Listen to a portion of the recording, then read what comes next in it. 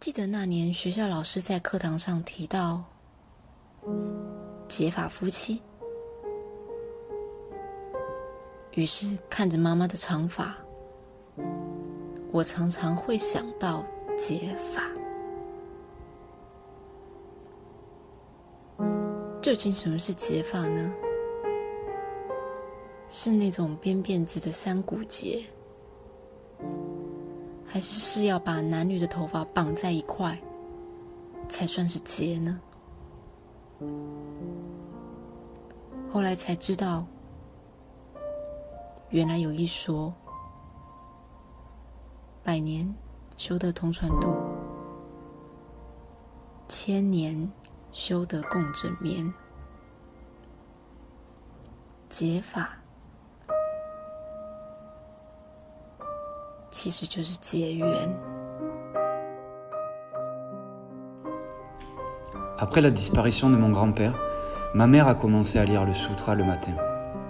Pendant les vacances d'été de l'année du CM1, je la voyais chaque jour en se levant, s'agenouiller pieusement devant la tablette ancestrale en lisant le Sutra. Souvent, je m'allongeais à l'envers sur le canapé, les pieds posés sur le mur, et j'écoutais le Sutra. Cet été-là, j'ai appris le Sutra du cœur et le mantra de la grande compassion par cœur sans m'en rendre compte. Et je m'en souviens encore aujourd'hui. Quand j'étais enfant, j'aimais les longs cheveux et le bracelet en jade de ma mère. Je me souviens qu'une fois, tandis qu'elle voulait nettoyer le bazar posé sur la lucarne, elle est tombée à cause d'un déséquilibre. Son bracelet s'est brisé aussitôt. Elle était en sanglots. Effrayé, j'ai vite couru vers elle afin de voir si tout allait bien. Lorsque j'ai nettoyé la scène, j'ai conservé, sans savoir pourquoi, un morceau du bracelet avec moi.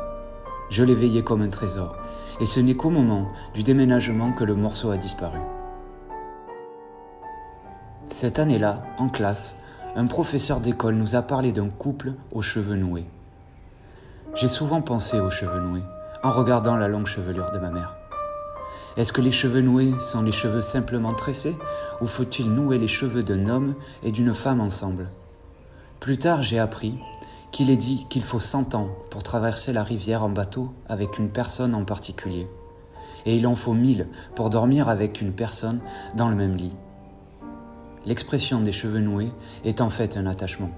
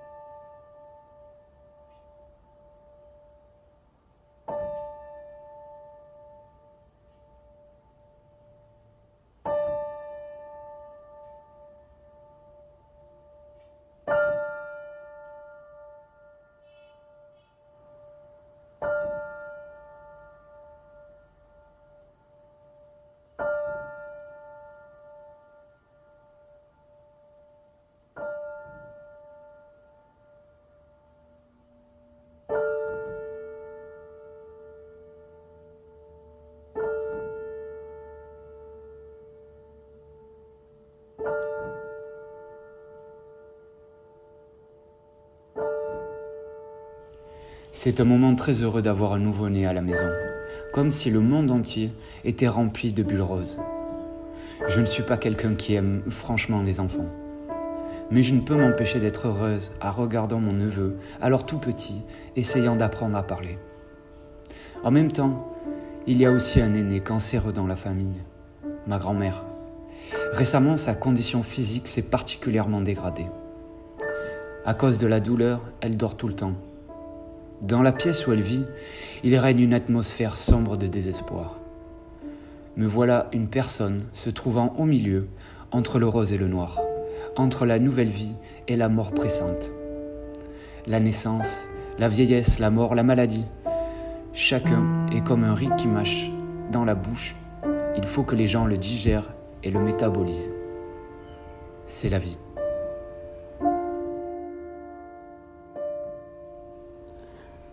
Lorsque je suis au marché, j'aime beaucoup parler avec ma tante Hong et mon oncle Lo.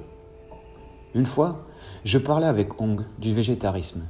Elle me disait que certaines choses sont censées être mangées par les hommes et que si l'on est végétarien, l'on peut être impopulaire dans les prochaines vies parce que l'on ne se trouve plus connecté avec les autres vies. J'en ai d'abord ri, puis j'y ai réfléchi un peu plus et je me suis dit que c'est finalement assez juste. Si l'on peut ressentir les joies et les peines, les séparations et les réunions, la naissance, la vieillesse, la maladie et la mort, les 7 émotions et les 6 désirs, elles sont toutes finalement des expériences intéressantes à vivre. En tant que pieuse bouddhiste, je pense que si l'on vient à la vie, c'est parce qu'il faut apprendre les choses, comme par exemple celle d'être plus désinvolte que persistante, plus léger en soi.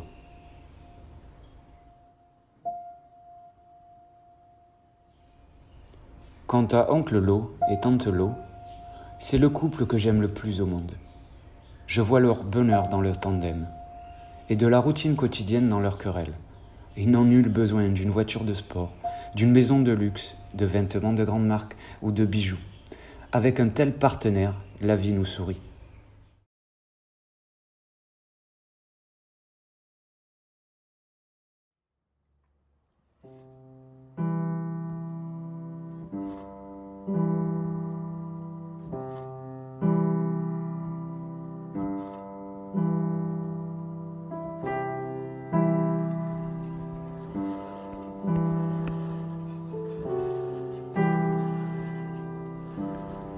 Je pense qu'il faut être désinvolte dans la vie. Tout ce qui se passe dans ce monde est en réalité le fait d'être vivant en étant le prédécesseur de délicieux repas. Si l'on met les gens qui mangent les êtres vivants au marché, n'est-ce pas se retrouver à mi-chemin entre la naissance et la mort ? Si la naissance est le signe d'un attachement de la naissance, il y a un fort détachement dans la mort. Chaque relation se trouve entre ces 2 pôles. On ne peut ni en juger autrement. Et le moment de la vie, finalement, n'est qu'un exercice de désinvolture.